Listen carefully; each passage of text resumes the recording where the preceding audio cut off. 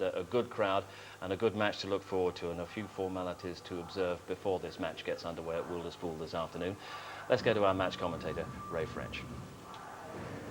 A last word in the dressing room can occasionally make the difference to winning or losing, but I'm sure all the work done over the winter months will be a far more reliable factor, especially for this Bradford side. They've a lot to prove again after that last gasp defeat in the grand final. A great determination in that dressing room to get another trophy back over there at Odsall.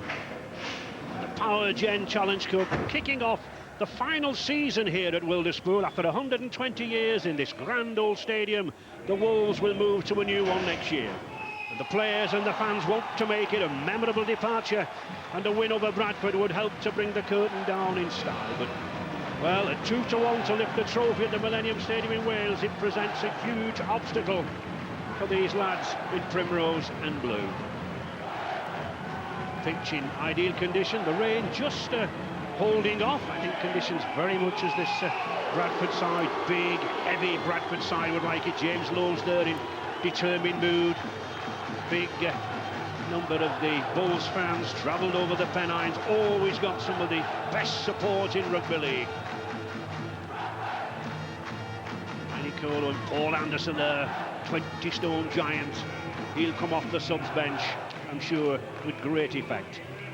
Warrington coach Paul Cullen takes a risk with the fitness of Australian scrum half Nathan Wood. It's his first outing since undergoing knee and ankle surgery. We hope he's okay.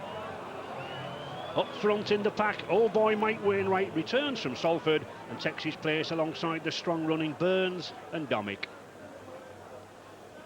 Bradford lack their two leading try scorers of last season, our studio guest Michael Withers and Tavita Vaikone.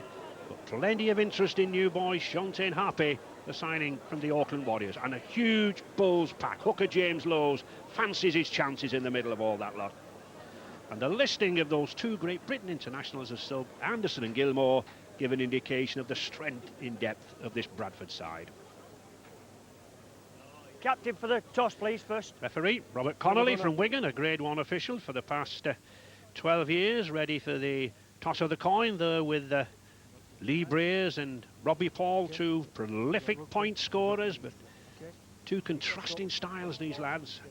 Robbie Paul, over 125 tries for the Bulls, and... Where do you want to play? We're going to play that way. You're going to kick off. You're going to kick off that way, okay? Just pause for a moment while we find out who kicks off. Well, and Lee Breers, 1,100 points for the Wolves. And now time for the players and the fans to pay their respects to Peter Deacon, the former chief executive of both clubs. Eric Broadsham will be best remembered for lifting the cup on Rugby League's greatest occasion, the 1954 Challenge Cup final replay at Odsall. Peter Deacon was just a baby in arms that day. His legacy was his belief. He was a great believer in himself, the people around him, and of Rugby League. God bless you, Peter. You will sadly be missed by all at Wilderspool and throughout the Rugby League world.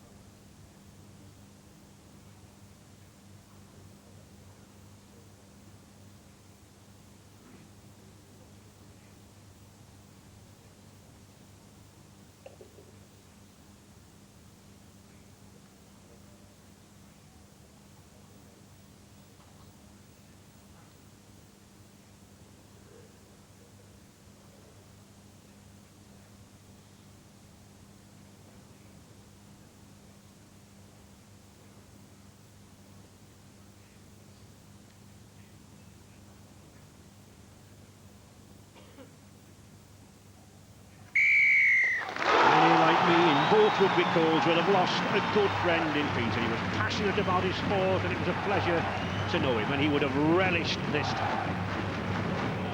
Robbie Paul, an instinctive footballer. Lee Breers, calm, cool, creative. two inspirational captains for these two sides.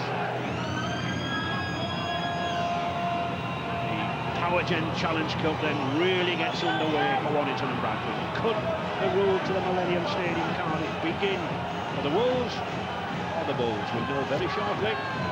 Those Warrington fans certainly think, Jonathan, it's going to be for the Wolves.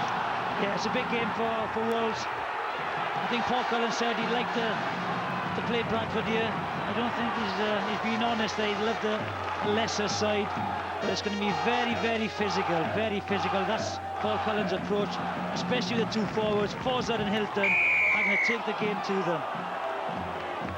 Referee Robert Connolly right on the spot there at the play of the ball.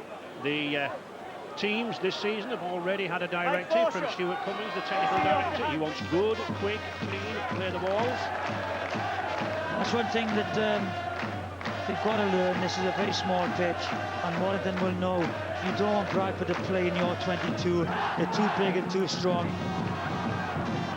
Bradford, as I said, 2-1 to lift the cup. Warrington, big odds. I've never seen them at such odds. 100-1. They would certainly drop if they could down the balls this afternoon. Bradford then in possession. Good tackle. Already. Still Bradford, 5 metres from that line. Little dummy could fall from Lowe's there. Already in the action, this youngster. 17 happy. Junior Kiwi, just 21 years of age. Deacon. Well, thought he was looking for a drop kick then, but it's Calpratt got a touch. He's claiming. I think he might have got that. You know, it's a great effort. Here's the kick. He goes back, he gets the hand to it. Is he out of play? That's the problem. Is his left foot in the field of play or not? There's the right hand. Does he knock it on? That's what I think it goes slightly forward. I think that goes forward. It looks as if he's out of play as well, Jonathan. But the advantage must be given to the attacking side if there's a doubt. I think it's a knock-on anyway. I wouldn't give that. It was certainly a kick that Warrington won't expect to win. They should have expected it. Watch. There's the kick. Everyone's onside. Gets up, bang, knocks it back. Definitely goes forward. Does it go off his foot and does it get a touchdown? His foot's out, isn't it? His foot's over that dead ball line. I don't think that is a try.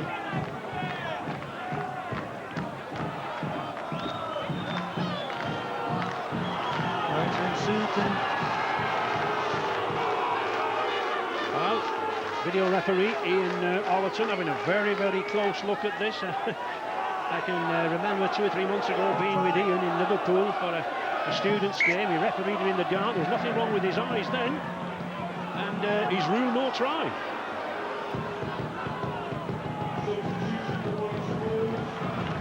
Good shot.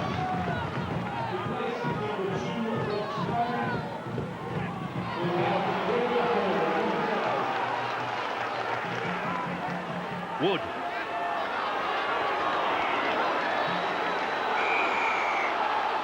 Under the legs, between the legs with the hand. Another penalty. Warrington conceded over 78 points in 2 matches last year, but of course a new coach in Paul Cullen, a lot of new enthusiasm, 4 or 5 new signings. Surprising Warwick complete for a second. Good strong burst there now. By Burns. Checks up, pulling down, good tackle there by Gardner in the end. He's got to get to his feet, playing that ball. Wood. Out here to Brews. Oh, good ball. Oh, Wainwright. Lee Penny did well. Lee Penny did well to pick that up. Great tackle. Daniel Gardner, that was a fantastic tackle.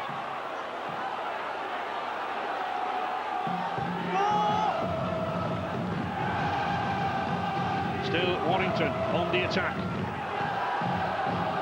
Fast forward. Breers again. Little dummy. Again, a good tackle, good defence. Offside, no advantage. Off the line. On the line. The referee giving a penalty. Offside, played the advantage. On the line, not a yard. There's the tackle. Gardner's got to make that tackle on Wainwright. Just guess him. Superb tackle. Doesn't Lee Penny take the ball well too, Jonathan? Yeah, it was good support. Wainwright knew he wasn't going to get there. Just flipped the ball, having good support by the full-back Lee Penny. But good scramble defence also by Bradford. Everything's coming off Lee Breers at the moment. Second man out from Nathan Wood. He's been a fantastic signing for Bradford as Gardner. Does all the dirty work, scores a lot of tries, scored a lot of tries last year. And in all that action, I think we should mention that Rob Smythe has left the field injured. And Graham Apple, North Queensland, much travelled Australian player. He's on for the first interchange. He's slightly colder here than North Queensland, let me tell you. Lee Breers then looking to get some early points on the board. Looking to put some confidence in his side.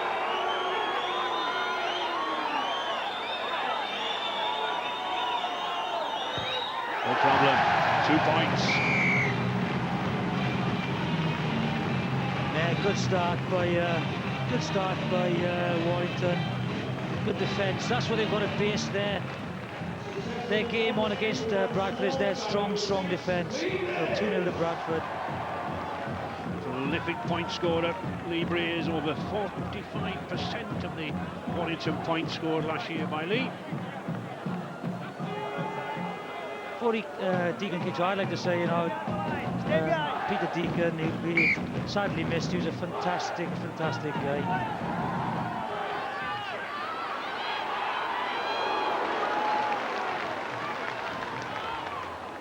There's one thing about a Warrington side coached by Paul Cullen. They will be fit. They have trained very, very hard over the winter.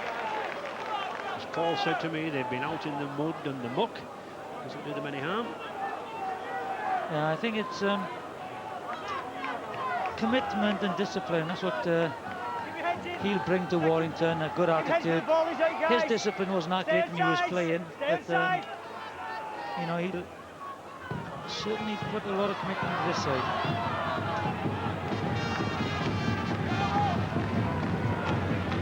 Way through there for Leon Price. Mike Forshaw, who had a good test series. Still Bradford then on the attack. Jamie Peacock. Lee Breers, on your line. On your line. Well, again, the referee's technical director, Stuart Cummins, has issued a warning to players. He wants them on the line. He wants them on the line when it's 10 metres. On the line. I've told you. A whole raft of instructions have been given out this early season by Cummings, and this is one of them, Jonathan. Yeah, there he is. Look, third man in, shot about to the line.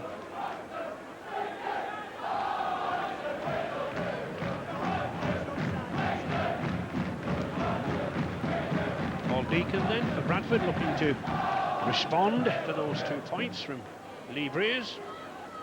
Although there has been a directive from the referees, I think sometimes you can give players warning this early in the game, in the season. Just give them a warning on the run to say that you've caught him, don't do it again or you'll be penalised.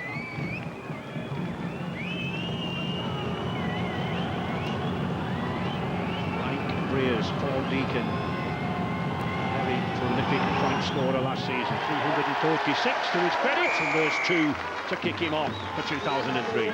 2 apiece. 8 minutes gone.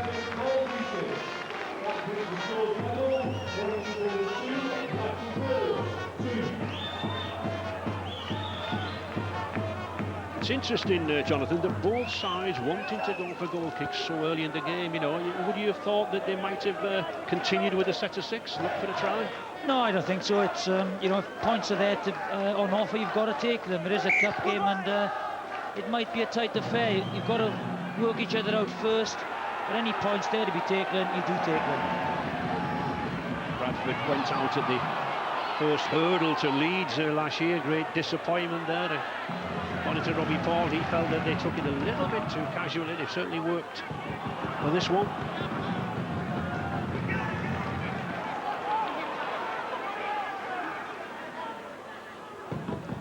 Joe Vangana, 20 stones. Requires some putting down, takes 3 men there. Deacon. Picked up well by Graham Apple. As I said, very, very much travelled Australia, played for half a dozen clubs down under. Yeah, good chase there by Bradford, good kick, good chase.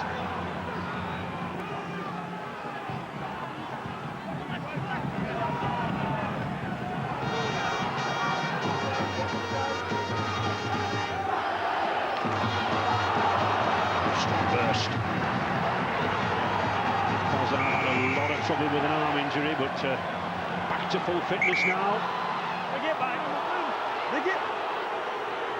No quick taps.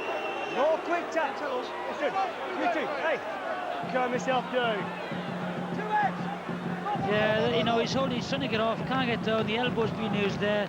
Gardner's lying on, he gets an elbow on top of the head. I can't understand no quick taps. No. Again, I think we should explain for the viewers and the crowd who not appreciate it, you cannot take a tap until the referee blows his whistle out and points to the mark. Again, that's a new directive, Jonathan. Yeah, but they're trying to, you know, quicken the game up by getting the tackler off the tackled player. Yes, but the feeling was that the defence haven't got time to get back. We'll argue about it later anyway. Let's get on with this game. They've given the penalty away, so they shouldn't have time to... Shut up, let's get on with this. All right.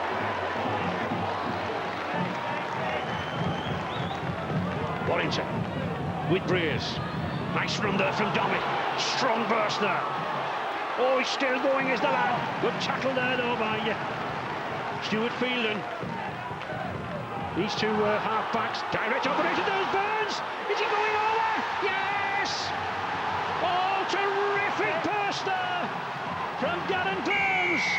No hesitation, no need for the video referee. And smiles on the Warrington fans' faces, and well they might be.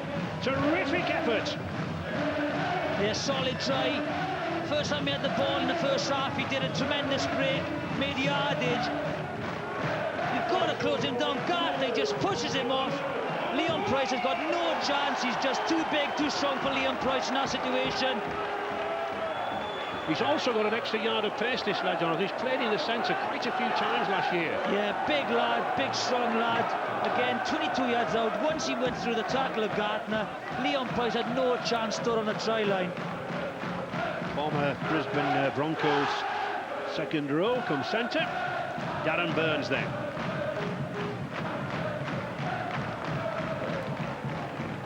Lee Breers with a similar kick to his penalty one.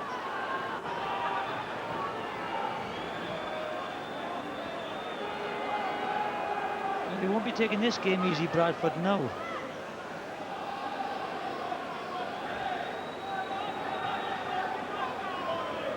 Studying concentration. That's the result. 2 points. Warrington then. Good early start. 8-2. Here's the ball. This is the try, the run that set the try. There's Dominic just going forward, going forward, going forward. Defence is very, very slow, but it looks very organised. A bit slow to come off the line. Bang, pushes him off. Just rolls over the try.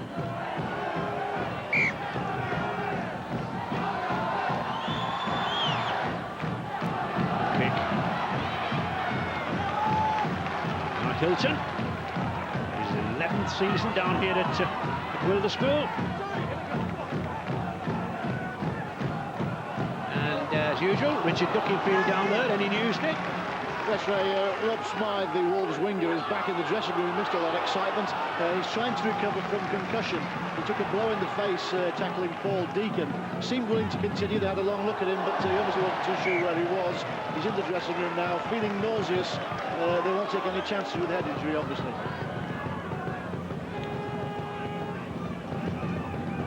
Down and head and ball to the Bulls.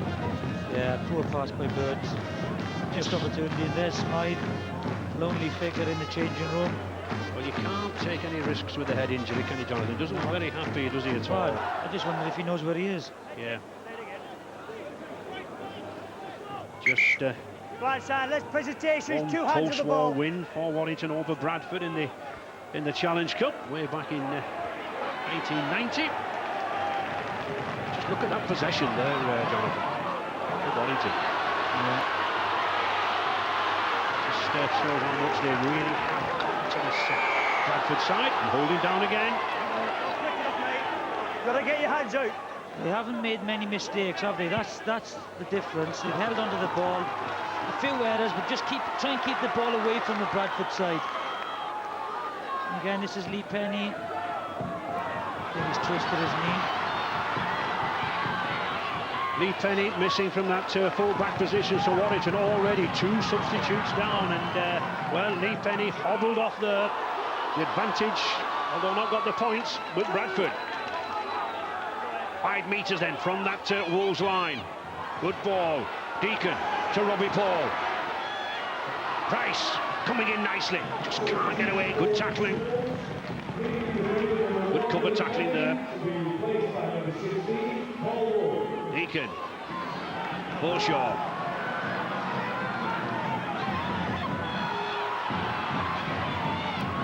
Jamie Peacock having a bit of a wrestle there with Ben Westwood. Still, Warrington defending desperately here. Well, a well-intended grubber kick, but it hit one of those long legs of Mike Wainwright. Without giving confidence, set of 6 in their own 22, they held him out. And possibly bad news of Wolves' Lee Penny. He's gone off the field lip top. It's possibly a torn calf. Back in the dressing room, quite serious injury potentially, and that should rather stretch Warrington's maybe limited resources here. Well, Paul Wood on for Lee Penny, but as Dick said there, Jonathan, they are limited resources. Again, this year, the new change with the substitutions, 12 interchanges. Now, Warrington only have 2 players left.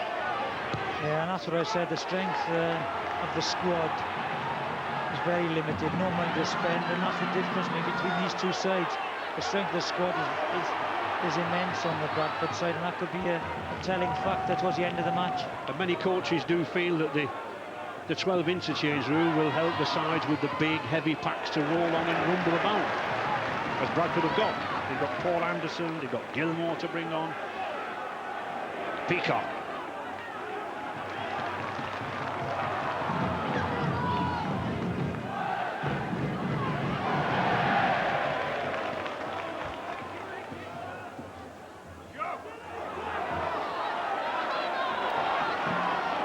There he is, there's Lee Penny's injury. You just see the discomfort. Yeah, you on can his see him face. just going down with his ankle at the back there.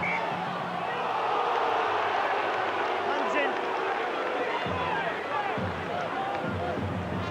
in. Proving something of a stickler here at the play of the ball. He's ruling that the See if hand was in, ripping the ball. Oh, I don't think so. I think that was harsh.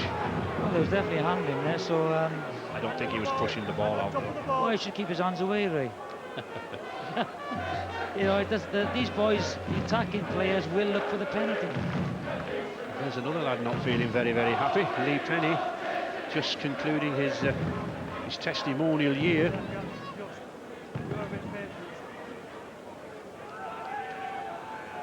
Paul Deacon looking to peg another couple of points back. Had an excellent test series against New Zealand in October and November of last year.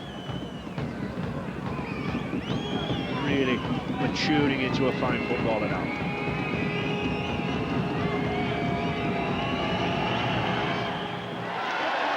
A nice kick, no hesitation. 8-4 for Warrington. Successful penalty kick for Bradford Wolves by number 7, Paul Deacon. That brings the score to Warrington Wolves 8, Bradford Wolves 4.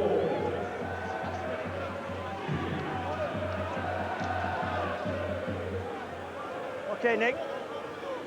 Well, Nick Fozzard doesn't look very happy. Referee Connolly just having a word. It might be about his running style. You know, he's very upright. He brings his knees up, doesn't he? But I've not seen too much. Leads with the ankle, with the knee. Paul. Stuart Fielding emerging as one of the best props in World Rugby League.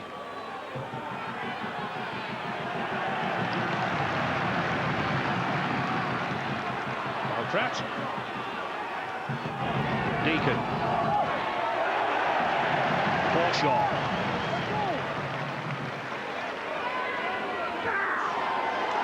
Lots of enthusiasm from this Warrington side, moving up very, very quickly in the defence there. Just look at those 3-4 in midfield, forcing Deacon to kick. It's a good one though.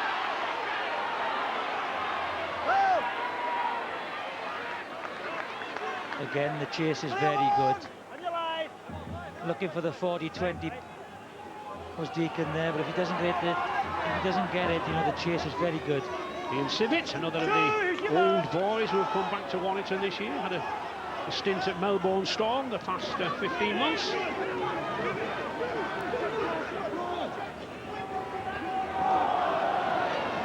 Nice slip pass. This Warrington pack really having a go at Bradford. Like I said, that's what Paul Cunningham will want from them, just yards. Rears. Has he lost the ball? I think he has.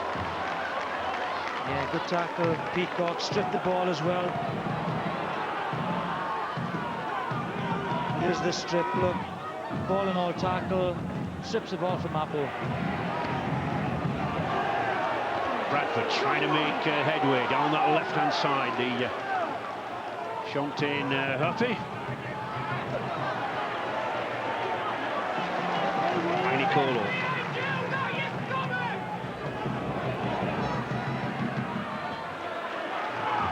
See the big form of Paul Anderson there, number 10, substitute. He's obviously slipped on the field.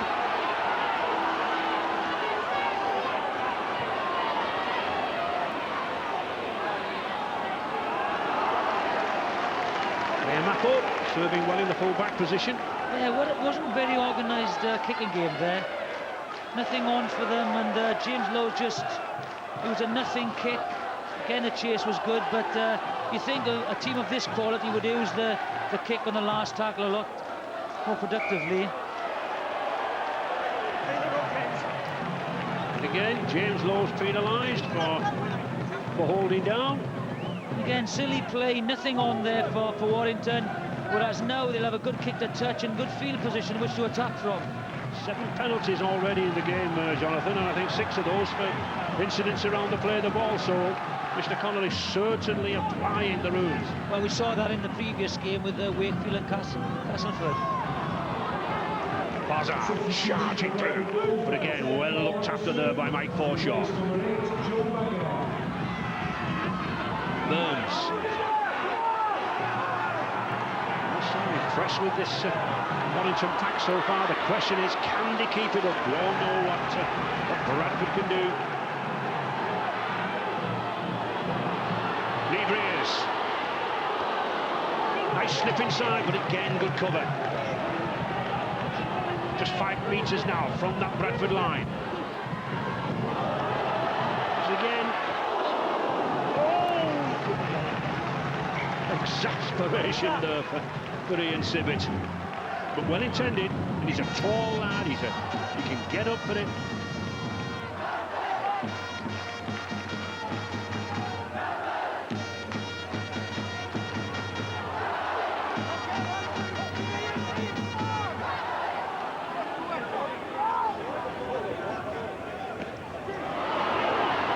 Paul Anderson on the charge. One 20-stone man substituted for another 20 stones. James Lawes. Great tackle. Great tackle. Here we are, bang. Off the ball first of all, I think. Then follows onto the chin. There's a bit of handbags going on. No punch has been thrown, but if you look at the reaction of Stuart Fielding, he has coughed one on the chin.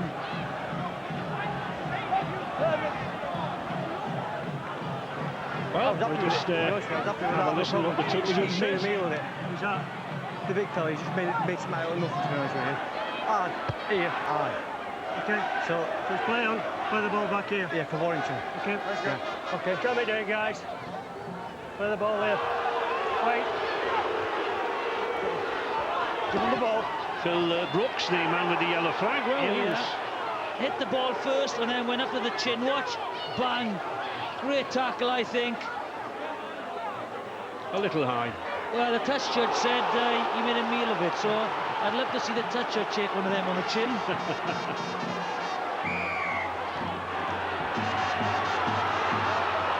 quick taps. What? No quick taps. Coach should have told him, no quick taps. Well, he's making a good point there, is Robert Connolly. The coach should have told you. They've all had these instructions. There is no quick tap until the whistle has gone. And Nathan Wood, well, he hasn't been reading them. I just don't, you know, I if you want to increase the pace of the game, if you infringe, surely if you can take a quick penalty, you should be able to do it, because you know, it's no benefit if you don't take the quick penalty, so the transgressor, you know, gets the advantage. I agree with you to a certain extent, Jonathan. I think they want a quick tap, but I think the problem has been that the defensive side have not had time to get back, and you know, that has been a problem. And penalties have been given for not going back 10 metres. So if you get a penalty where you know they can't take a quick tap, so you can organise your defence, is that what you're saying, right? I'm arguing with you after the game. I'm going to have a look at this goal. Libres then with his longest to date. 2 to his credit, the penalty in the 4th minute, the conversion in the 11th. Can he extend this lead?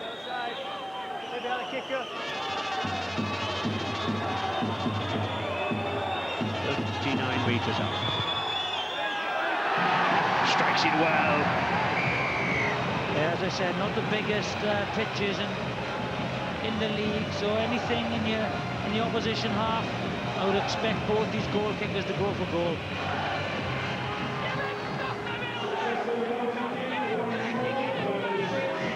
Yeah. Offside once again, just coming up too quickly on the outside. There's the new rule, no quick tap. Wood hasn't been told by the coaches. It is causing a lot of frustration for the players, isn't it? I must admit. Warrington then in possession in the famous primrose and blue colours.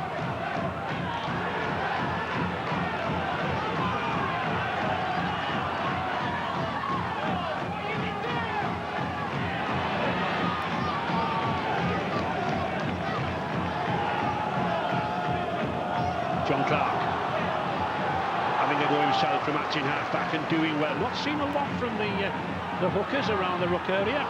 Oh, that was taken out. Definitely taken out. Where is the touch judge on this side? What is the touch judge doing? That was a definite penalty.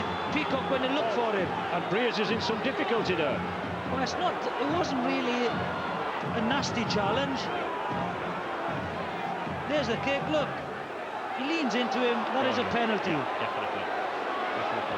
You don't have to move out of the way, Jonathan, but you can't move into him. Well, he leant into him, and that is a penalty.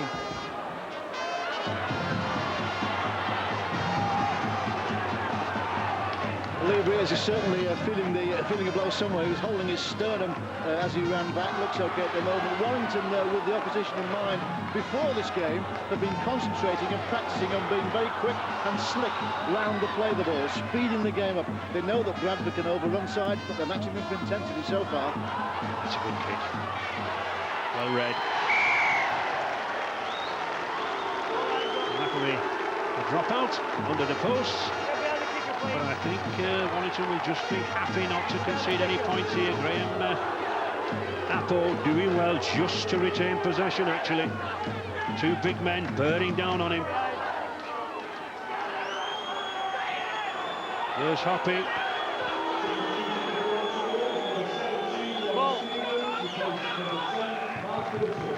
A crucial period here then now for Warrington, with 2 men already injured. Breers in some trouble around the rib cage. And Anderson rumbling down the middle.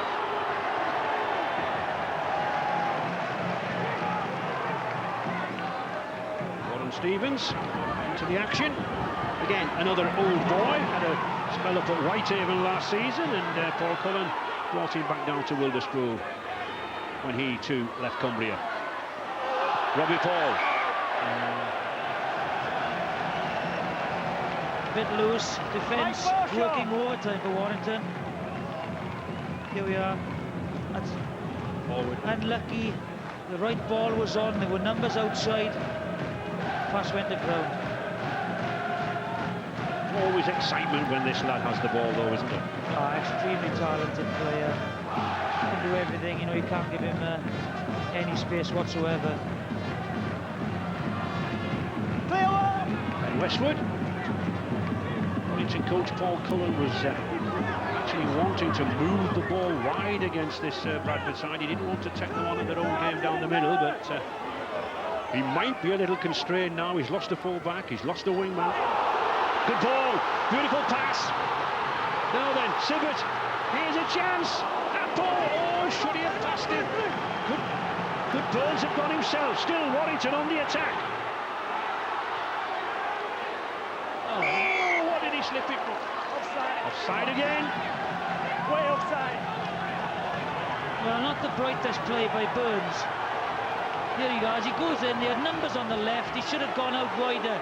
Throws the impossible ball, Fielden gets to it, but offside on the outskirts once again. I'm sure no, they'll go for goal now. What are you doing?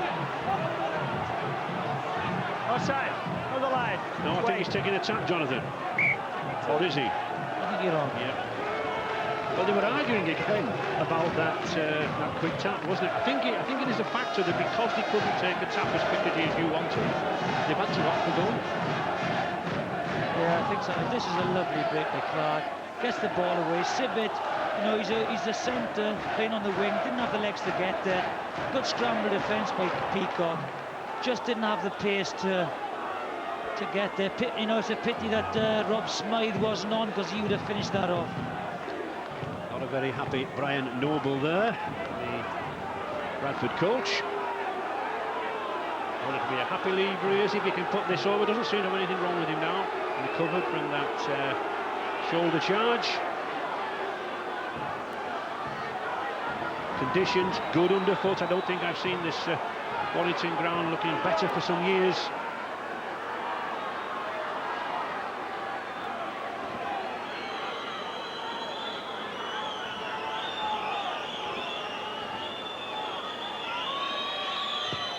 Another 2 points. The points keep mounting for Warrington.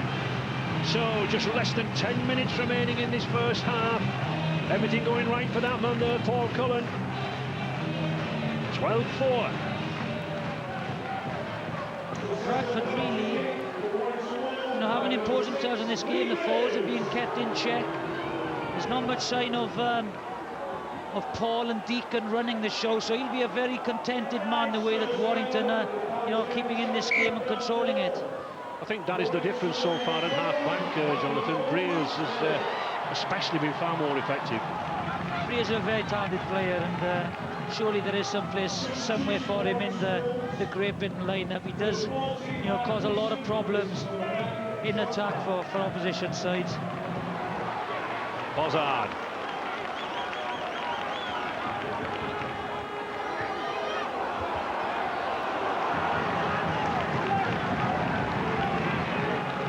A lot at stake for these two coaches early in the season.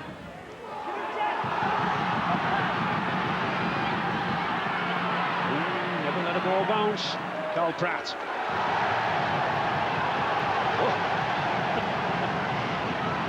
Good play there by Mark Gleeson, the youngster. Yeah, just come on for Clark. I think he's been brought on now. You know, it's the war of attrition is over, you know, a little bit. So what's going to happen is, you know, they're just going to bring him on to cut people up. Very sharp from the acting halfback Gleeson.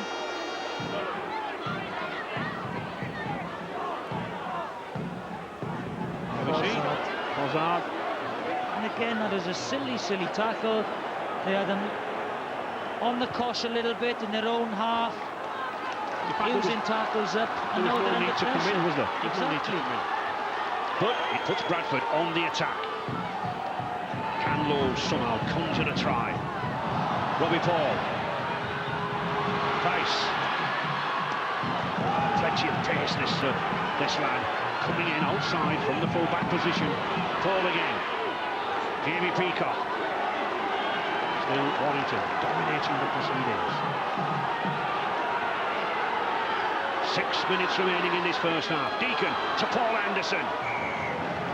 Oh, offside again.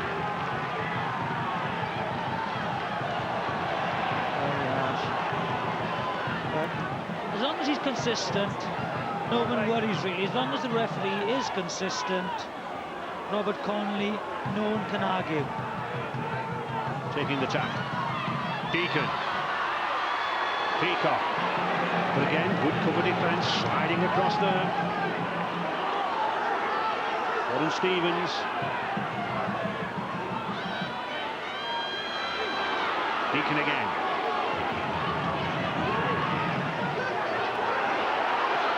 Well, it's very, very dangerous lifting a player up like that.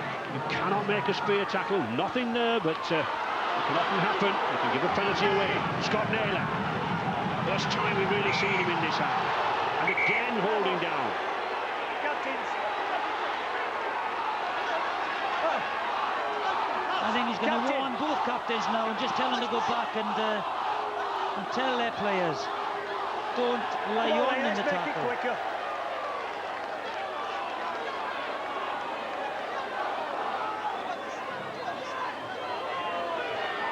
There's too much interference in the play of the ball. No. Lee. No, right? This is where you listen. Right? Tell your players when the last warning. Off you go. Off you go. We've got to sit this game down and try and get back over there. Lob in, mate. Off you go. Can't stop on, off he goes. Well, here we see Scott Naylor going down. It's just laying on, isn't it? Slowing, It's lying on, but it looks like Mike Wainwright's in a bad way there with that cut.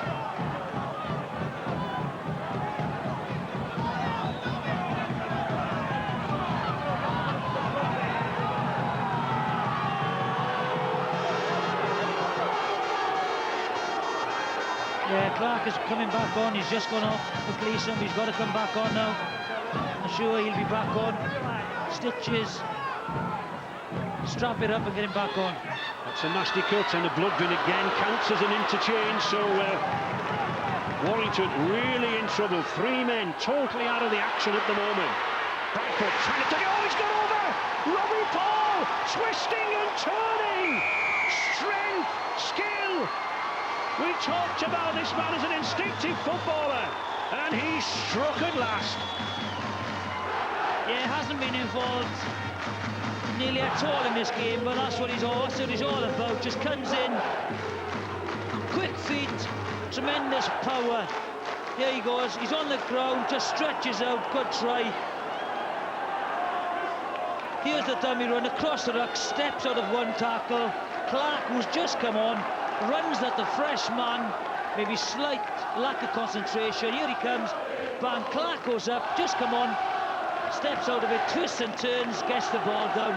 Good try. And I think what a lot of people don't appreciate, that this man actually weighs 14 stones. He's not quite got the stature, the height, but he's good, strong upper body strength, hasn't he? Yeah, when he came into the game enough to play for Wakefield, he was extremely slight and people targeted him. But now he's bulked up and he's a world-class player. Third 2-pointer there from Paul Deacon. Here we see the determination. Yeah, he runs across the ruck, steps Clark, and just rolls. There's the reaction, what this competition means to these players. Everyone wants to get to that Power Gen Cup final at the Millennium Stadium. But he does that twist, doesn't he? He's adept at that. Well, you know, it's Robbie and Henry Paul. They both do the twists, get out the tackles.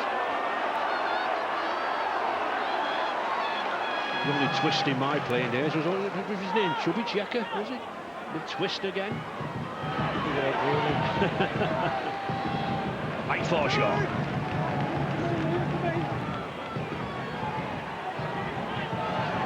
It's a an important couple of minutes now for Warrington. You know, they've defended very, very well, so now is a big couple of set to 6 for them. But what a timely try for Bradford too, just before the half-time. Yeah, I thought they should have taken the penalty, but they're justified in running it.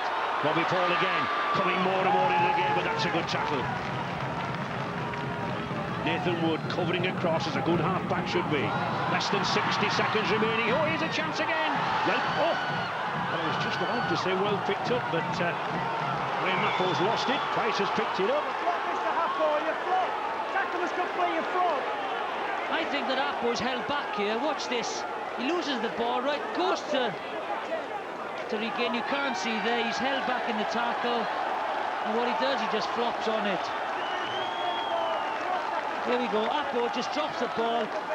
I think he's tackled there by Lowe's. He just gets up, watch him, and then flops on him. Yes. Such a nudgy third fucking man, you're getting up, man. Wait. And he's been sent to the sin bin. Graham Apple for flopping.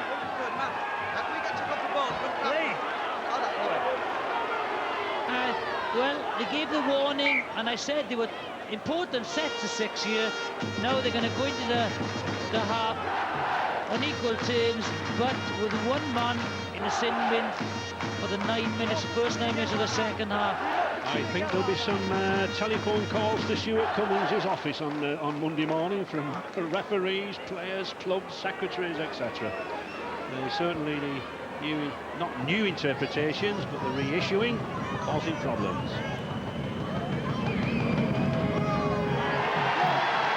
And Deacon makes it all square, 12 apiece. The 40 minutes up, the hoots are gone, and I'm sure those Bradford fans will be very pleased with them, trailing by 8 points to 2 at one stage.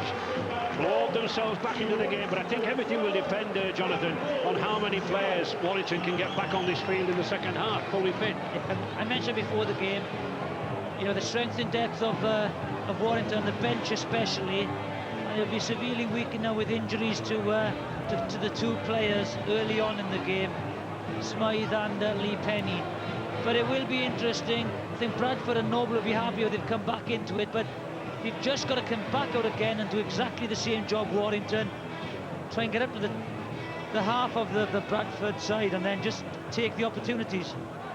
But it's those 8 points, isn't it, in the final 4 minutes there that really have been the telling factor. Yeah, but they've got to, you know, get used to the interpretation of the referee now. You know, that's what they've got to do, no lying on. They've got to try and slow the ball down in a different way, make the tackle, roll the players in the tackle. But, you know, it's all to play for in the second half. 12 points apiece, another great cup tie after what we saw earlier with Wakefield's late victory against Castleford. We'll let Michael Withers of Bradford just gather his breath for a moment and welcome Adrian Morley in town with Sydney City Roosters ahead of the World Club Challenge on Friday against St Helens. Does a match like this in the freezing temperatures of Warrington heighten your appetite for that one? Yeah, no, it'll be a good game for me personally. You know, coming back to England, I think it's not been as cold as the guys thought. The Australians thought it'd be a bit colder, but yeah, no, it's good to get back and get in the swing of things in the lovely weather. Cup winner, of course, yourself with Leeds. It doesn't surprise you that the competition still generates this kind of passion. Yeah, it's the Challenge Cup's a very special thing. You know, the crowds love it and the teams love to get there and obviously win it. But you know, that's the one thing I do miss playing in Australia is the Challenge Cup. Yeah, it is a special thing, and for a while there, Michael, you looked on the skids, didn't you, Bradford? Yeah, we're doing it tough. Warrington are, you know, mixing it up with us. They got the tactics right there. The young, speedy fellas in there getting out of there. It caused us some trouble. You know, we let them get up too quick. But towards the end of the half, we started controlling the speed of the ruck, and then, you know, towards the end, we got 8 lucky points, I think. It seemed to be starting pretty well, and there was a moment when we thought Carl Pratt was over for a try, but disallowed for the right reasons. Yeah. If you look at it here, he goes up high, he knocks it back, you know, looking for Scott on the inside. He sees the ball there, he goes for it there. You know, I don't know if he got it down or not, but if you look, it come off their legs, so it's probably interpreted right. It's gone forward, therefore it's a knock on. Put over the dead ball line as well. I think compounded that as well. Yeah, you can see that on the dead ball line there. Yeah, fair decision, no try. But it was Warrington who seemed to have the passion and the motivation and the adrenaline pumping early on, and that was what was behind Darren Burns's stride. Tremendous strength in both phases that led up to this score. Yeah, no, they're real enthusiastic, Warrington, and they've been taking the chance as well. Great barge off then, and you know, he done well to score that. But I think Nick Fozzard has been taking the guys forward real well as well, and as all the forwards have. What defensive question marks would you raise over that, Michael? Oh, he's ran into our best defender, Danny Gardner. He never misses a tackle, so he's missed one finally, and you know they've scored. But our defence is pretty good in the main. You know, it's just controlling the ruck. That seems to be our biggest problem at the moment. There was some stuff going on. There was a bit of ill discipline out there, and the worst thing from the Bradford point of view, the crowd were getting really fired up, and it was hard to see the way back. Oh, it is, yeah. Once the crowd gets behind them here, they're a very hard team to beat. The best way to take the crowd of it is put some points on the board, but unfortunately we couldn't. And there's a lot of niggle going on out there, sorting each other out. But in the main, I think the next halfway through the next half, I think you'll see open football. You know, both teams starting to tire. But Warrington, yeah, they're holding up very strong at the moment. The fact that you scored those 8 late points in the first half levels the match. If you're going to predict one man to make the breakthrough, it's going to be Robbie Paul, isn't it? Oh, well, you know, he's our big game player. There he spins out of 1, spins out of 2, then he spins back the other way and puts the ball down with how many, 5 around him. You know, he's, as you say, he's only 14 stone, but he's very strong upper body. You know, world-class player, and we needed it. We were struggling at this stage. Great effort around it. He's a class player, Adrian, isn't he? I think Nobby there will be laying down the law, you know, trying to put everything right, make sure we come out in the second half and complete our sets. If you hadn't scored those 8 late points, if you were going behind at half-time 12-4, what would have been Brian Noble's message to those troops? He would have probably said, don't panic, but in saying that, he would have said, we had to score first next, you know, because if it had went from 12-4 and they scored again, you know, it could have been game over by then with the crowd behind them and stuff. So I think what he'd be saying now is, let's get back to our game plan, do the easy things right, and then play it down their end of the field. Yeah. How do you read the balance of this match at the moment? Yeah, well, I thought it was going Warrington's way. You know, they look really good, but that was a crucial try from Robbie Paul there just before half-time, and I think the first 10 minutes of this second half's crucial. You know, with Warrington being down to 12 men, so it's important they hang in there and you know, get back to full strength and have a go. But it was going Warrington's way. But I think the second half, Bradford, you know, they look to be getting in the swing of things now. So once they get in a roll, they're very hard to stop. So I think Bradford might just take the second half. Good cup tie, eh? Yeah, it's going well. And we had another terrific one earlier on this afternoon, a 1 kick-off for Wakefield against Castleford. And it ended up with a dramatic win for Wakefield, decided by Sabatabua coming off the bench and into the line at some pace. A late try, and Wakefield from behind to beat Castleford, last year's semi-finalists, by 20 points to 18. Terrific stuff at Wakefield this afternoon, and the reaction of the Castleford coach, Graham Steadman, as expected. Mistakes on your part cost you? Yeah, I think the moment of madness in the first 15-20 minutes of the first half cost us dearly. It's a monumental effort from the guys. I'm proud of each and every one of the 16 guys that did figure, but you can't afford to be ill-disciplined in that manner at this level of football, and unfortunately not in the next round in Wakefield. They took their chances. You've been a critic of the Challenge Cup taking place at this time of year, and with a number of handling errors particularly out there, I suppose there's an argument that the players need to be further into the season. Ideally, yeah, but we can have no excuses. We've prepared well in the last fortnight leading up to the game, and today we were a little bit ring rusty. There was 1 or 2 opportunities we did create, but we didn't finish them. We talked about it all week. In cup football, you've got to take those opportunities, and unfortunately we fell 2 points short. Thanks, Graham. Well, it was all square between Wakefield and Castleford at half-time before Wakefield went on and won that one. It's level pegging also here at Warrington, between Warrington and Bradford, 12 points apiece. We'll be right back with what promises to be a thrilling second half, but before that we'll bring you right up to date with all the afternoon's football so far. And in the Premiership, Liverpool 1, Middlesbrough 1. That's full-time. Jeremy for Middlesbrough, Jon Anarisa for Liverpool. Leeds United against West Ham United now. Garth Crooks. Leeds started very quickly in this match and managed to maintain their momentum. The home side produced 2 excellent saves from David James on 10 minutes, but the England keeper was found wanting when Seth Johnson beat him with a 20-yard drive straight into the bottom right-hand corner. Boyo's quiet on his return, 1-0 Leeds. The relegation scrap, West Brom against Bolton. Ivan Gaskell. Style overcoming substance so far, understandably tense but compelling. Bolton with a dash more quality, deservedly ahead on 18 minutes. An 80-yard box-to-box run from Mendy. Djorkiev's shot, parried by England wannabe Holt. Pedersen tucked away the rebound. It's close, but Bolton ahead at the break. That is a key game. Spurs against Sunderland. Steve Sutton. Yes, last-minute-itis again from Sunderland. Virtually the last touch of the half saw Spurs' Gary Doherty head the home side into the lead off a corner. Sunderland had battled away before then. Poyet had given them a 13th-minute lead before Kevin Phillips equalised on 25. Then came that last-touch goal. To St Andrews, Birmingham against Chelsea. Gerald Sinstadt. For a long time in this first half, Chelsea played stylish, intricate football, but seemed to be suffering from that much talked-of syndrome. Plenty of intelligence, but no smoking gun. But then Gudjonsson found Zola, and a trademark volley gave Chelsea the lead. Hard on Birmingham, who until then had defended with discipline and diligence, and in their own pragmatic way had created the better chances. Lazaridis twice and Clapham tested Kudicini severely. Charlton-Everton, that's David Hurst. Very open, very entertaining. Charlton getting the breakthrough in 18 minutes. The excellent Klaus Jensen opening up the Everton defence. Sean Bartlett shot saved by Richard Wright. And the Bulgarian Radistan Kishishev following up to score. It's Charlton 1, Everton 0. Fulham-Aston Villa, Harry Grayson. Great match this. Barry gave Villa the lead after 3 minutes. A lovely response there after Boamoti was fouled by Gudjonsson. Easy decision for the referee. Malbranck scored. And then an absolute beauty from John Harley from 30 yards, 2-1 to Fulham. Blackburn-Southampton, Steve May. David Thompson's goal separates these sides, but this game has switched one way then the other from the beginning. Naimi making 2 saves from Cole in the opening 5 minutes. Friedel making 2 better saves from Marsden and Fernandes in the next 10. Then Naimi made 2 even better saves from Thompson and Lucas. Good stuff, this. Portsmouth-Leicester both winning in Division 1, and Concord doesn't move as quick as this. Back to Steve. Oh, he's light on his feet, isn't he? 12 points apiece here at Wilderspool.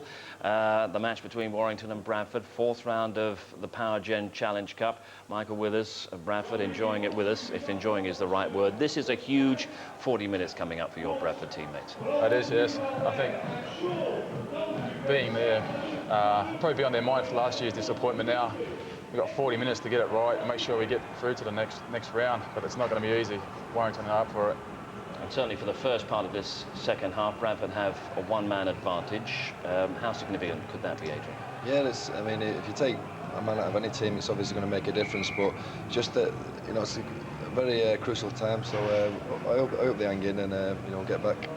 Well, Lee Breers, we saw a close-up of. He's been giving the referee a bit of advice all the way through that first half. Do referees need advice with all these new rule interpretations coming in? Yeah, I'm sure it's friendly advice as well. No, it's. Yeah, we've got to get used to a few new rules, so the players are getting frustrated, but everyone's got to keep their cool, and hopefully the ref will sort the situation out.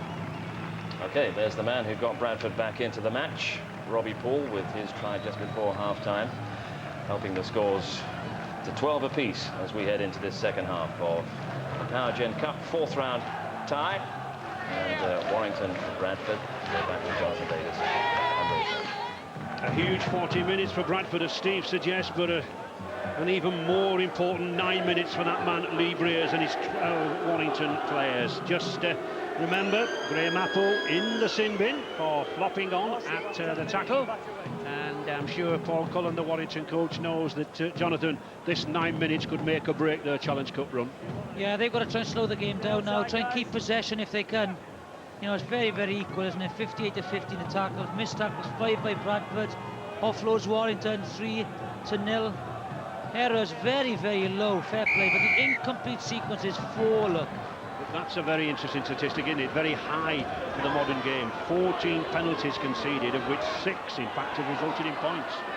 Yeah, well, that's down to the new directive from the referees, Stuart Cummins, isn't it? It's just that how quickly players adapt to it. They've got to they've got to complete the set to 6 now, Warrington, with a man short, keep the ball away from Bradford. 12 apiece. 40 minutes to decide which one will go into the 5th round draw on Monday night. BBC Radio 5, 7. Good hit Power again. Gen Challenge Cup, always eagerly awaited by the fans and the players. On the 5th tackle, Breers.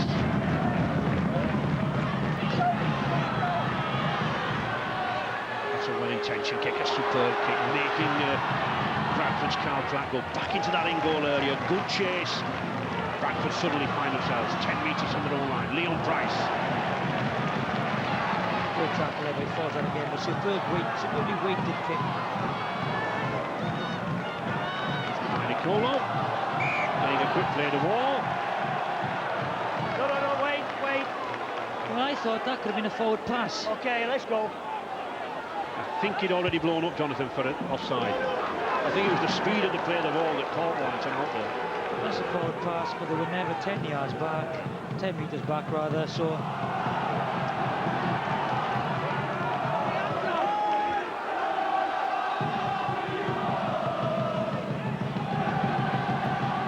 Stuart Fielden. Jamie Peacock. Let this lad get away. Oh, and he's got it back to Knowles. The space on the outside there. Fielden. He's lost it. It's gone back. Some claims for a knock-on, but not so, says referee Connolly. So still the pressure on this Warrington line, remember, with only 12 men defending against the Bulls. And that's why they're spreading it wide. Paul, Leon Price, good play out here wide. Nicolo, he's a chance of a man! And he's got it down! I think Leslie Nicolo has got it down! 17 stone, 11 pounds, 6'2". Couldn't be contained.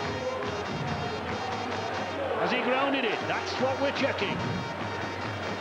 There he is, look, one-on-one. Big, powerful man. Now he's just 2-on-1. They've got to try and stop him. From that angle, there's nothing wrong. It bounces up. Here we go. That's a try. Nothing wrong with that try. Looks to be a try, doesn't it? Definitely a try. There it is. We said, Adrian said it's going to be important first. It's going to be important first 9 minutes for Warrington. Try and hold them out with a man short, and they've paid the penalty for it. Significant, isn't it, that the Bradford halves should hand the ball out wide, right to the corners there, and that's where that extra man is missing, isn't it? Well, here we go. We've got Happy offloading the ball. Sid Dormick is on him. You can't go high on this guy. You don't call him the volcano for nothing. Just twists and turns, and Briers is never going to stop him. Just too big, too strong.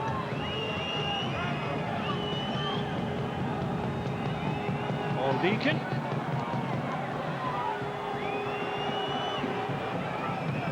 Years of age next week, and really coming into his own into the game now.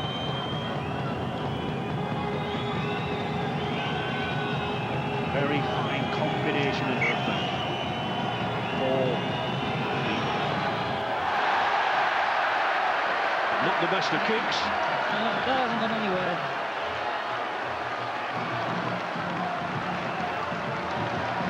Here's a try. Warrington thought there was a knock-on. The extra man, they go wide. Price just comes in. This is the damaging ball. Out to the tackle. One-on-one there. He's got to go low on this guy. You just can't go high.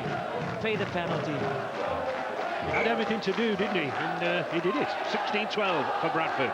Well, if you're that size, you know, that's your strength, isn't it? The power. Not close to the line.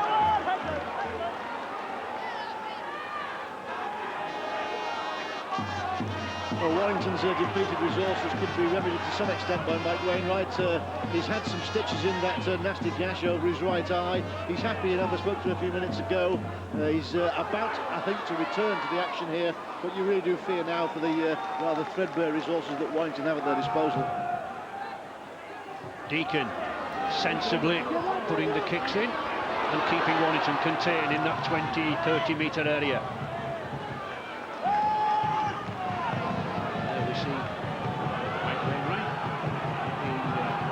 Tended to get back on.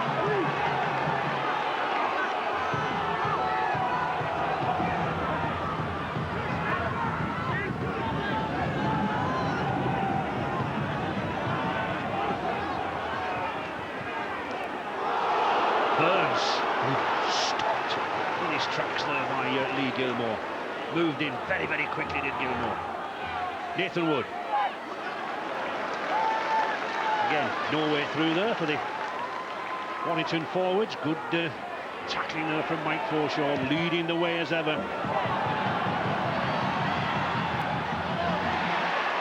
Price.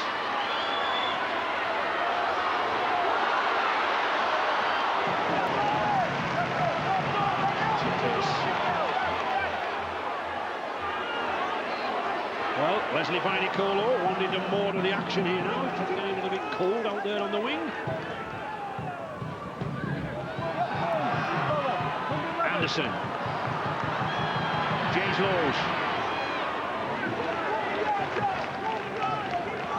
Supposedly been retiring for the past couple of seasons, Lowes, but says that this will officially be his last season. Mike Forshaw. Playing well around the rucks, Mike Forshaw, making those 5-6 metre probes. Stuart Fielding shrugs off a couple. Suddenly, this Bradford pack asserting itself now. Warrington struggling to contain them. Deacon on the 5th tackle. Scott Naylor. They've got to come up in the defence now. Keep the line, but come up.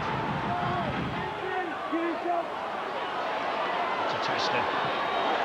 Oh, beautifully taken by Breers.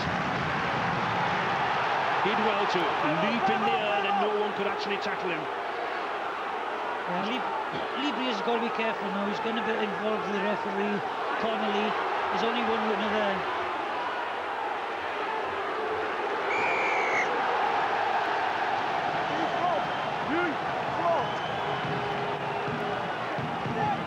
Flopping at the tackle.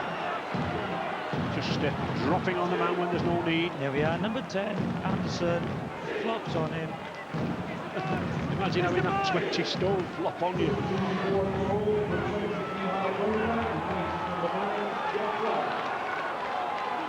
Big, powerful forward Paul Anderson had a superb series against the Kiwis in November.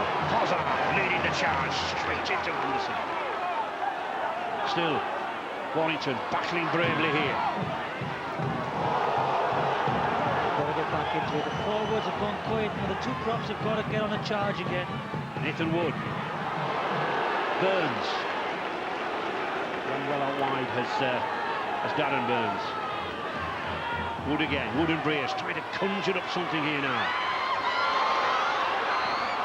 Oh! Again, the panic. Got to keep hold of the ball. Just a loose pass by, I think it was Westwood on that side. Try to get the ball away. There was nothing on. The pass nearly beat Naylor, did well. They should have kept the ball. It was a blind pass. Yeah, you need to keep hold of the ball with just about, what, 40-50 seconds remaining before Graham Apple comes back on the field. Liam Breers! Yildy! Hurry up! Hurry up! That's a word with Lee Breers. This is his second one about interference to play the ball. The next one, Lee Breers is too far. I know he's the captain. On you go. Well, he wanted a word with Breers, but it was Wood who was incurring the penalty. Here's the incident. You know, he does, I think, that was Wood. But the play the ball was quick. Sometimes you've got to just have a feel for the game. The referees have got to have a feel for the game. That was a quick play, the ball. They had momentum, Bradford. He should have played it on and had a quiet warning on the run. Wait. Back. Wait, he's outside. Wait. Bradford, the Yorkshire player, coming on the field. And Graham Apple back from his sin bin spell. So Warrington back down to 13 now. Lee Radford, first touch of the ball. Former Great Britain Academy lad. Anderson coming well, running at the angle well. Deacon and Paul really use these big forwards coming at the angle. Paul out there to Happy. Well, they're back to the full complement now. Apple's back on, so.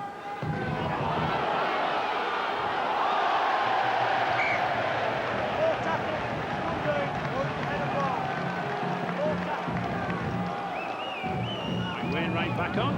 Good tackling here by Sibbett. Just launched the ball from Happy. Tackle, guys. Warrington head of ball. Stay in back row till the ball is out. 10 years since Warrington last failed to reach the last 16. Everything to do here in the final half hour, but just 4 points the difference. Plenty of time. Bradford defence dictating the game. Watching the runners aren't hitting the ball on the advantage now with the same intensity, and the Bradford defence are just soaking it up.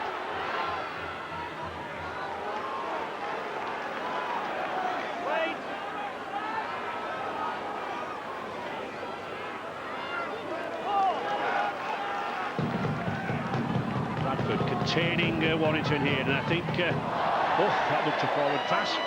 Play on. Yeah, ragged, very ragged now, Warrington. No go forward at all with them. They're on the back foot, the half-backs playing with it. Paul Deacon, Lowe's coming away nicely down the blind side there. Using Gilmore, he's lost it. Has he judged that the ball's been ripped out? You go for 10.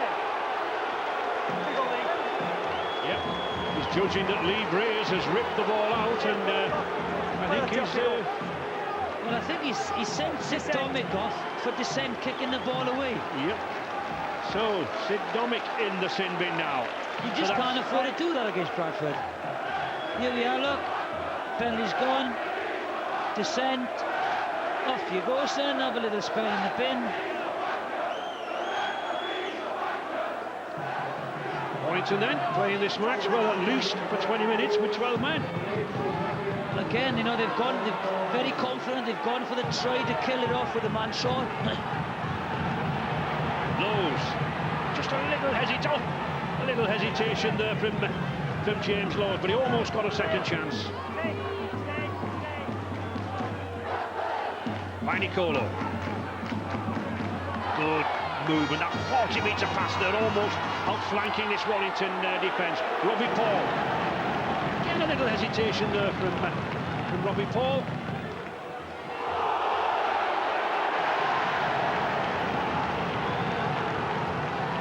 On the 5th tackle.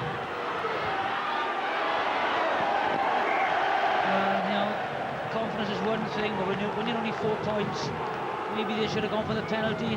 Hindsight is a wonderful thing, but they feel so confident now with a man short. The total control of this game. But this Warrington side, still plenty of courage, plenty of commitment, coming forward. Pozzard. Good, strong, charging runs.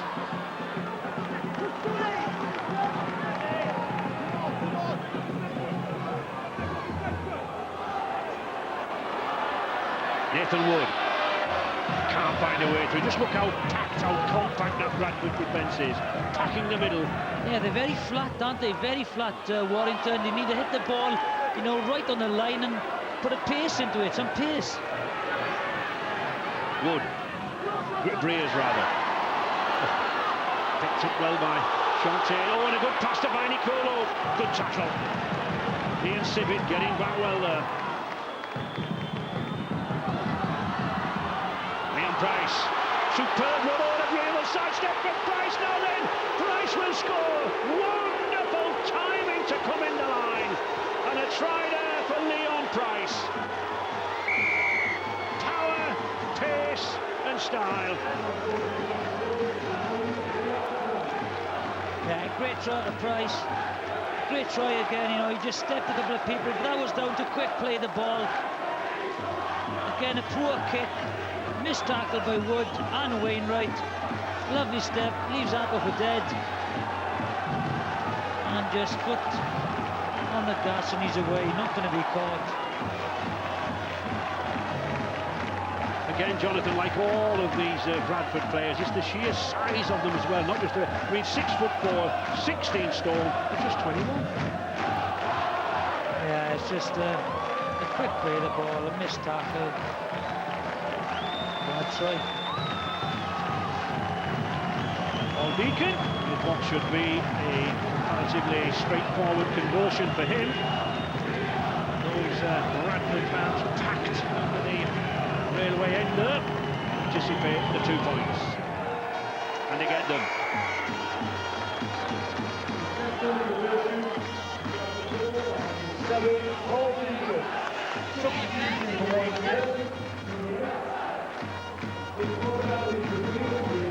Yeah, lovely step. This is the finish.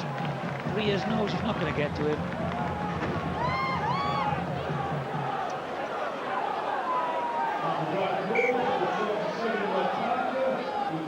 Good try. Bradford suddenly putting a little bit of daylight. 18 points without reply in the past 19 minutes for the Bulls. Yeah, they need a quick response now, Warrington.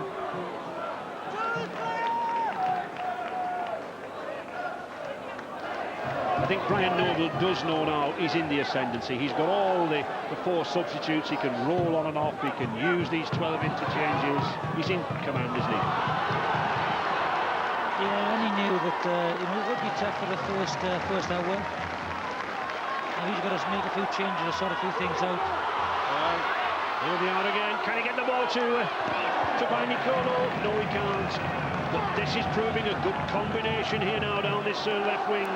Shuntain Happy, the junior Kiwi, and Leslie Nicolo, the former New Zealand junior sprint champion. The Bradford Bulls always had a New Zealand presence. Jack McLean and Joe Phillips in years gone by. Bradford Bulls, Danny Gartner back on the bench. Danny, you're pulling away now, but are you entirely happy with the Bulls' performance? I don't know, it's been a little bit scratchy, but I guess it's our first real competitive hit out for the year, and they're a tough side, they're playing well. They're obviously getting a few penalties against us, and just need to handle it a little bit better. Thanks to Robbie Paul and Leon Price. Yeah, 2 individual bits of brilliance there, great players, great to have on our side. Thanks, mate.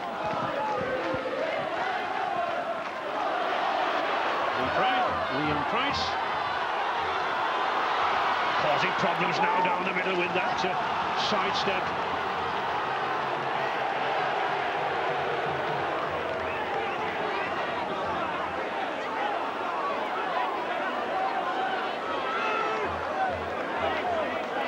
Lee Radford trying to force away down the left. I think there's a little punch in here somewhere. From the man. Didn't catch anything. Don't think it was much. No. I'm impressed with this lad, this Shuntain Happy. He's making a good debut. Yeah, he's going to cause a lot of problems for sides. The ability to offload the tackle, big lad with Nicolo on his outside. And James Lowe spots the gap there. Good pass for Lowe. Vangana. Great tackle, Briers. Read the situation with a shot on his side again. Lowe's causing havoc at the ruck. There's Nicolo again. The big man's in for his second. Oh, Leslie Nicolo is enjoying himself out there. The volcano from Canberra Raiders. A favourite with the Bradford Bulls fans. And again, from that range, nearly unstoppable. Great run by Gilmore, great tackle. Lee Briers has been sucked in, so the overlap is there on the left-hand side. Slip pass, Sibbett, a big lad. You're not going to stop him from there. One thing that's happening though now is that James Lowes is making ground first of all from the rucks, isn't he? Pulling people in, Jonathan. Yeah, well, when the forwards have done those breaks and Gilmore has hit a good angle, Briers has been sucked in, and all of a sudden they use the overlap on the left-hand side and Nicolo scores. A difficult shot for the young Bradford half-back.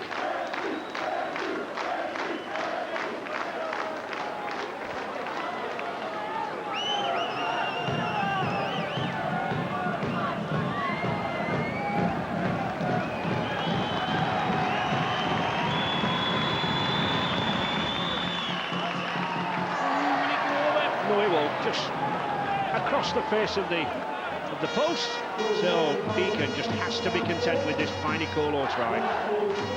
Good ball by Bradford, giving the ball early to Nicolo, giving him space. And I'm sure Sid Domick will rue the fact that he's been sat in that sin bin That man, Brian Noble, he'll be pleased he's sat there because Bradford have picked up 2 tries while the Warrington Aussie loose forward has been down there.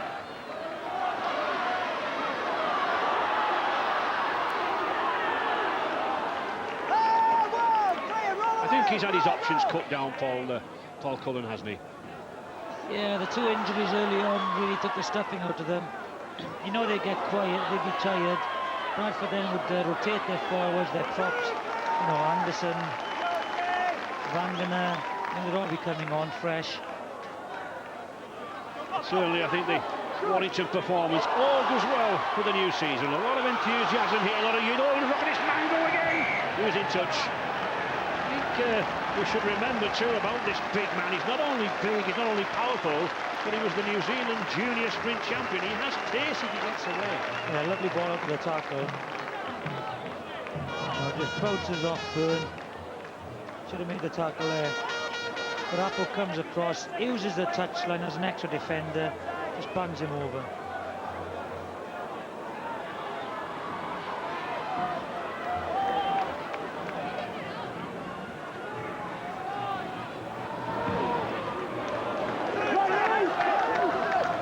Stevens edging over that halfway line. Oh, that was a risky pass. Obstruction. You can't obstruct a man. Away you go. Obstruction. Not the most popular man in Wilderspool. It was play on, mate. Off you go, 10 metres. You know the rules. Yeah, didn't go for the ball, but cleared the man away. Silly penalty once again.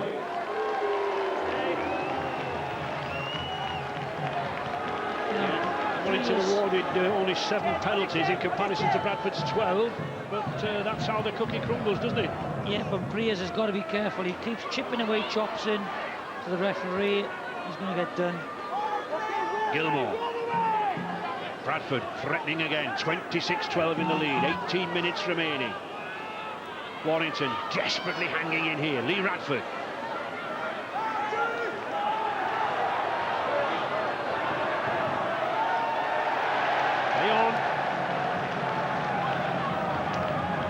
There we are, Sidormic's on him.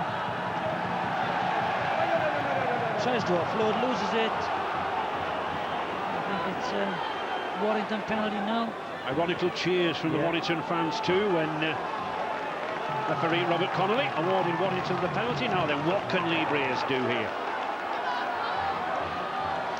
Put away. Breers. Taken by Wood.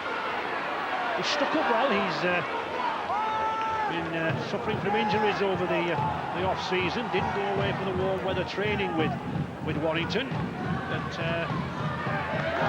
Paul Cullen will just get 80 minutes out of him, I think. Good tackle, happy there, right situation. Hilton.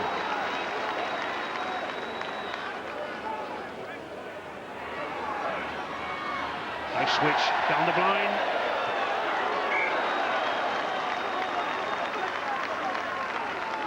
And a knock on.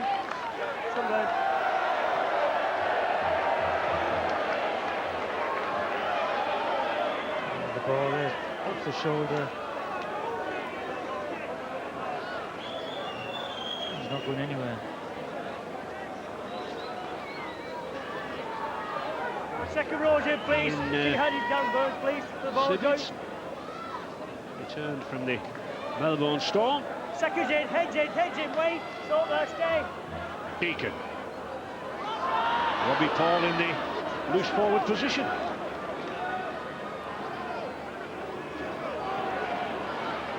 Paul again.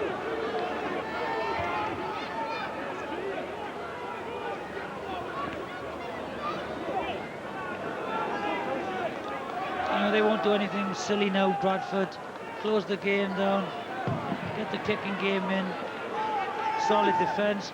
If anything comes along, any opportunities, they'll just close the game up and finish it. Stuart Fielding just signed a new 5-year contract to stay with the Bulls.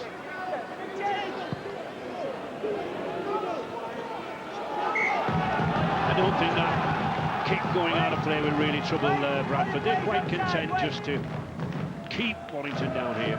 Yeah, they'd like to just fouled the ball up. Not in goal area, but he can organise the defence.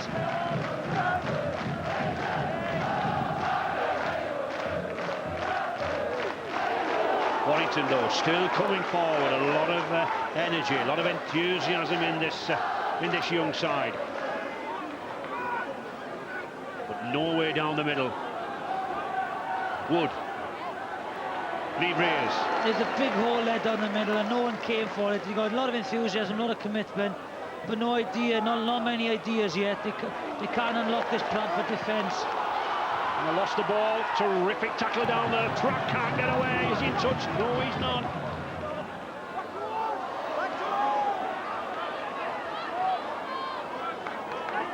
Robert Parker. There's an injury there. Can't quite tell who yet.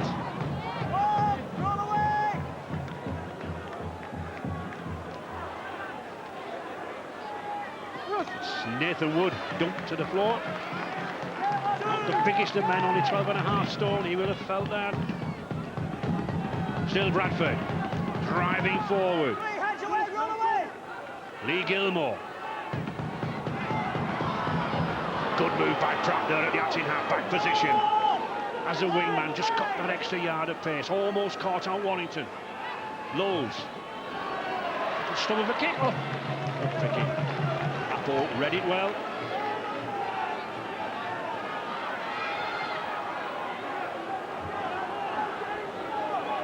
On the bench with one of Wolves' injured players, Lee Penny. Lee, injuries and a couple of sin binnings. It was looking good until then, wasn't it? Well, it was, yeah. I mean, the first half we had, it was sort of 12 apiece, and we thought in the second half that we could come away with with a win. But basically, that Bradford control it better than what we have, and a few injuries, what's not helped, and the referees bid a few decisions which is not going our way, really.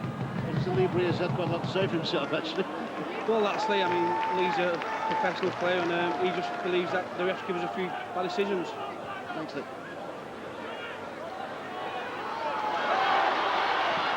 Shantine Harpy again. Yeah, the referee's given the penalty account against Warrington, but as he said, he's been consistent for both sides, and they've infringed a lot more than Bradford.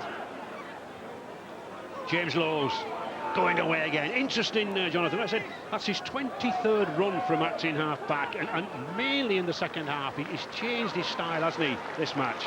He's just a very good player. Good ball. Robbie Paul. Oh, beautiful flick pass. Parker. Former Lee East amateur. Had a spell with London Broncos on loan. Lowe's again. Warrington stretched out wide here. Price. Dummy. Scott Naylor's in. The grin tells you it's a try. Just too easy there. Too easy. Caught out on the flank.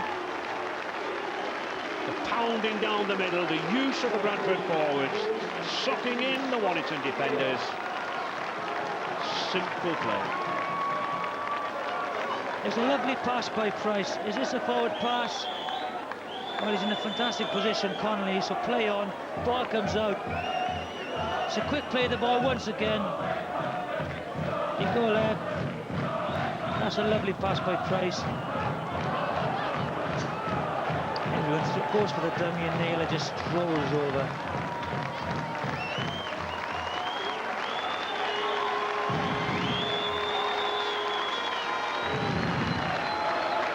Not the most difficult of kicks for Paul Deacon.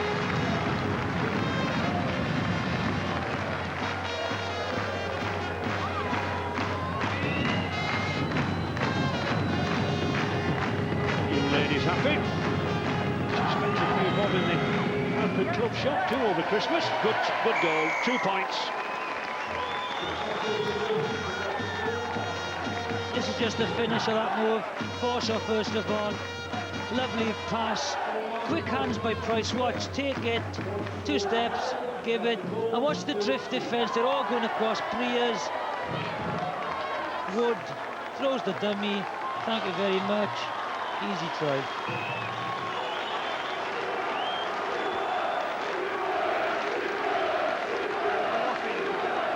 Outside. Warrington then looking just for pride here. 32-12 they trail.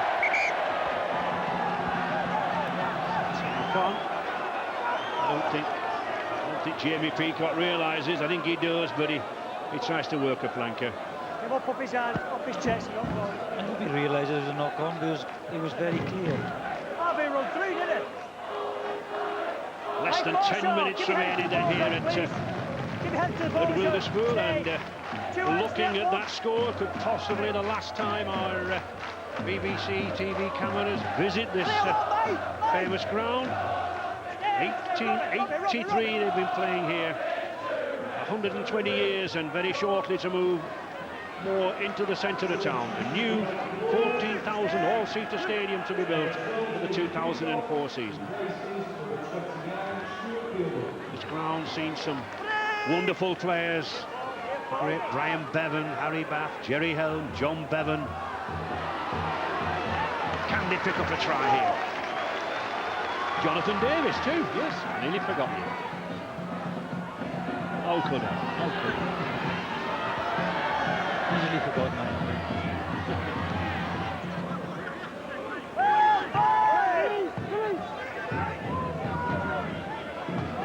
On the fifth tackle.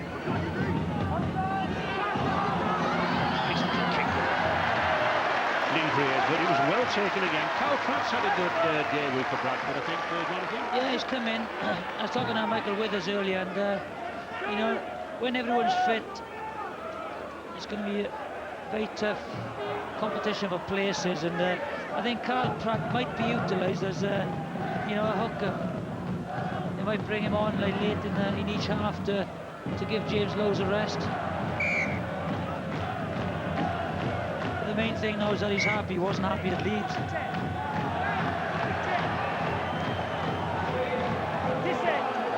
There we are, and I think Lee Briers has been sent off.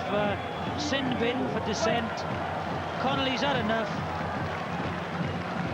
Well, we won't see Lee Briers back on the field again in this match. The captain sent to the sin bin for defence. He has been arguing with the referee Connolly for quite some time, and there is only one winner in the end. Doesn't matter what anybody thinks. Man with the whistle, he determines everything. So Warrington then, well, played very near 28 minutes of this match with 12 men. You can't do that against Bradford.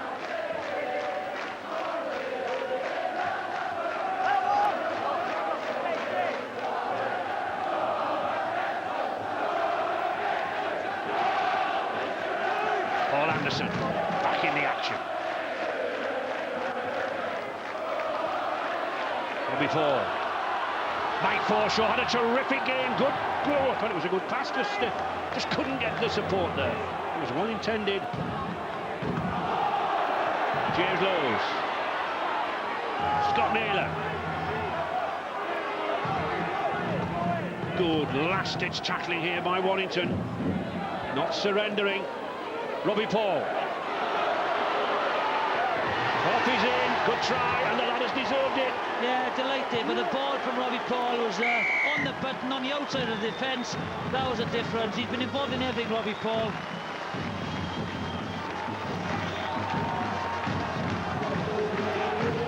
They're happy, aren't they? Start of a long season for them. Good try, and the ladders deserved it. He certainly has. Watch the pass. It's the pace of the pass. It's the run around. Bang. He holds it up. And watch this. He puts it on the outside shoulder of the defender. Number 12, Sibbett, which makes it easy. No, man short. Watch the pass. Sibbett's watching the runners inside of him. The ball goes on his blind side. And the angle of the run onto the pass just beats Sibbett. And again, it's the understanding that Warrington just have the 12 men, and there's no wingman there, is there? Well, they're a man short. They've got to play a compact defence, and they've got to get on the outside of it. Sibbett was ball watching a little bit, then the pass just gone on the blind side of him. So, Shantane Hoppy, the former junior Kiwi, has a try on his debut.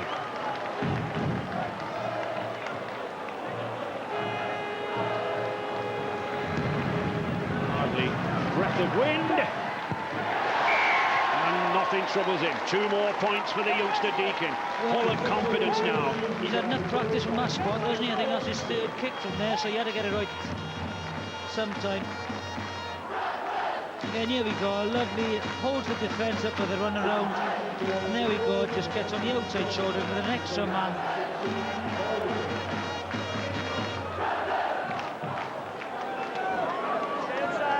There we are, 3 Kiwis.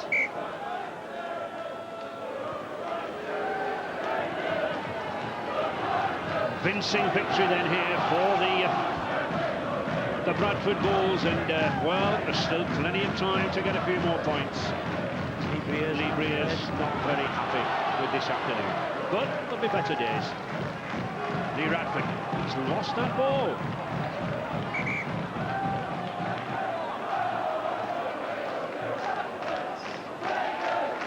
There we are, just ball comes loose, there's not a hand in there, there's a clear knock on. He'd actually caved Jonathan from trying to play the ball before he'd actually got on his feet. Yep. Warrington then in possession.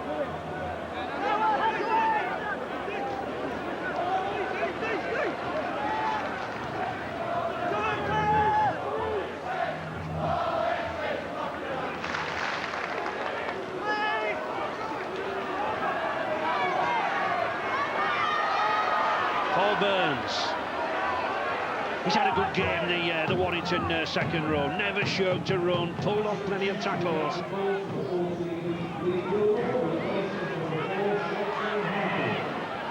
Hazard. Gross, not seen a lot of him. Oh, that nice little kick.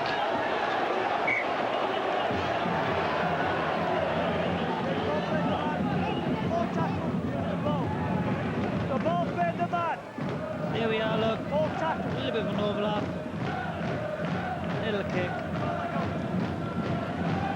Ball fed the man. Good call by Connolly. Again, the problem there, not having a wingman with real pace, just to get around Vainikolo. Yeah, Smythe is off, isn't he? Went off very early in the game, and they had opportunity in the first half to score. Lack of pace by Sibbett, and again, you need finishers on the wing.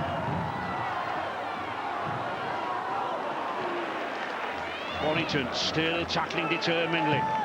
Graham Apple in there, but really to counteract 3 men in the sin bin during this 80 minutes, that wants some doing. The writing, well, on the wall, possibly at half-time. 5-second half Bradford tries. There he is, and that's my power gen man of the match for today is Robbie Paul.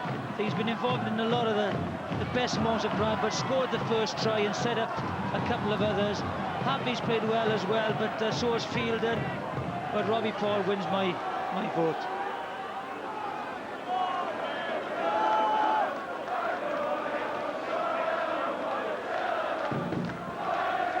Cullen just checking his watch, 2 minutes remaining. I think he'll be glad to hear that final whistle, but no more injuries, no more sin bins.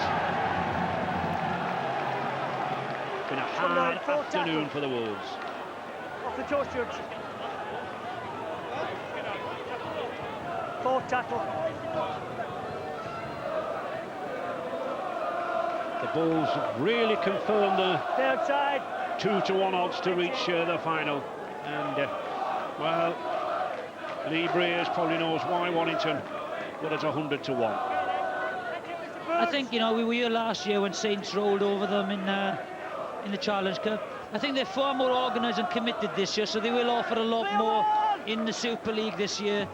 They just need to maybe purchase a few pacey men out wide. Certainly think there'd been a lot of commitment and a lot of courage from the Warrington side, but everything was really stacked up against them when they lost those 2 early men, didn't they, Smythe and Lee Penny? As we said, too much strength in depth and early injuries, but went against them. They have been their own worst enemies with the back chat and the lining on at the tackle. Not really troubled Bradford. And,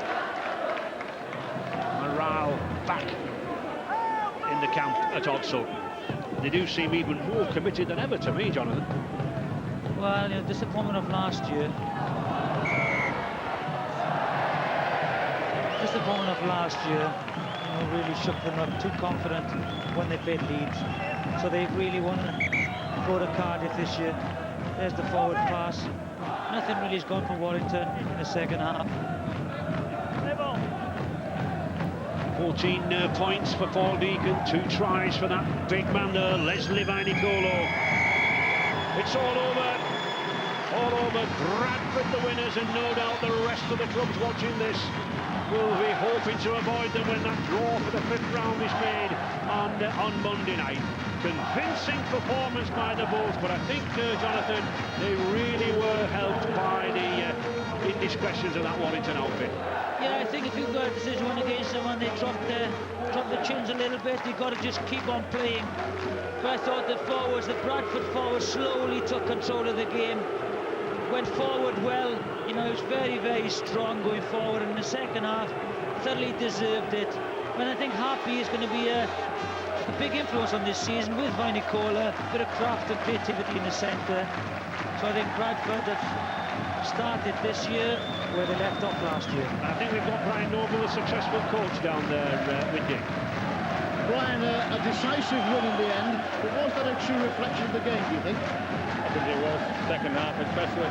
When you were in for the first 20 minutes, it was really tough. I thought we stop-start the player in the first half, and we gave a few silly penalties away, and we changed the way that we had to shape things up in the second half. I'm thoroughly delighted. That's only our second hit out, and they were a tough outfit for that first 20. Maybe you wouldn't sympathise with Warrington Wolves too much, but I mean, they lost players, they lost discipline, didn't they, really? It's the name of the game. A couple of injuries, I suppose, but we had a couple as well. We stopped doing away penalties. They found a couple of penalties for us, but that wasn't the game. The game was we played a little bit. We dictated the tempo in the second half. We played a little bit faster than we were in the first.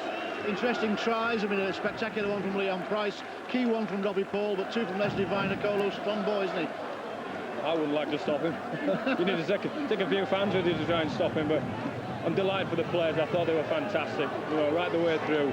We didn't play the way we wanted to play in the first half. We were a little bit slow out the blocks, but in the end, I thought, you know, the scoreline reflected the speed at which we played in the second half. Thanks, Brian. Congratulations. We can have a word with the Bulls captain, Robbie Paul. Congratulations, Robbie.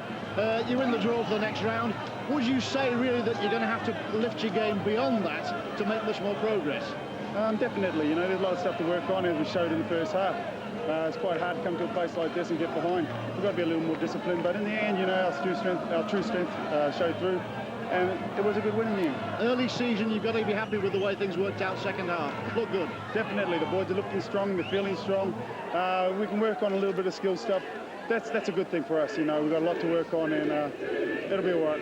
Thanks, Robbie. And the man responsible for 2 of the Bulls' tries, Leslie Vinicolo. Now, we were trying to decipher your sign language, Leslie, after the second try. Would you care to share it with us or not? Yeah, it's God. God stands for God, and you know, He's given me the talent, and I'm using it hopefully to the potential that He wants me to use it.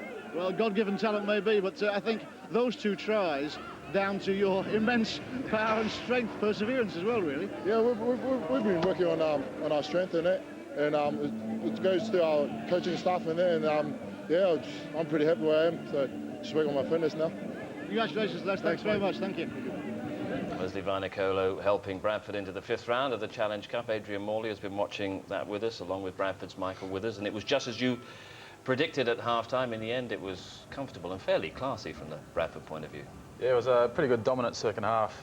We did the simple things right. Our playable speed picked up. Our dummy half running and our support play picked up. You know, when you start getting a roll on, we're hard to stop, and we got a roll on very early in the second half. Yeah, and that sums up Leslie Vinicolo, doesn't it? How do you stop this fella? This was his first try early in the second half.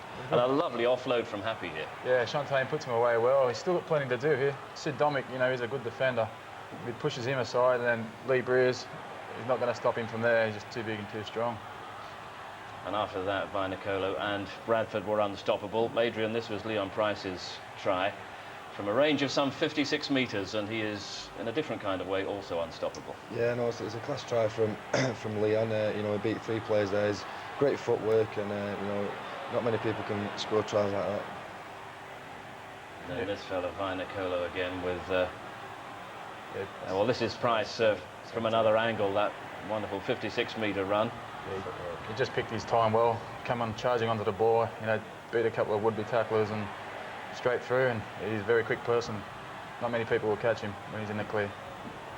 And at that stage, Bradford were completely dominant, and Another try came from Leslie Vinacolo as Bradford really took charge. How do you read the form book now coming into the new season? What have Bradford shown that they're capable of this afternoon, do you think, Adrian? Yeah, well, you know, Bradford, every year they're always up there challenging for the likes of the Challenge Cup and the grand final, and you know, on that performance this year is going to be no different. You know, they've got a great strength in depth. Even the players on the bench, you know, the internationals there. So I think they'll be a very hard team to stop, and I think, you know, teams will be wary of getting them in the next round. Robbie Paul suggesting that you need to up your game just a few notches even from today's performance. Oh yeah, we're just still a bit ring rusty. You know, as Brian said, it's our second hit out.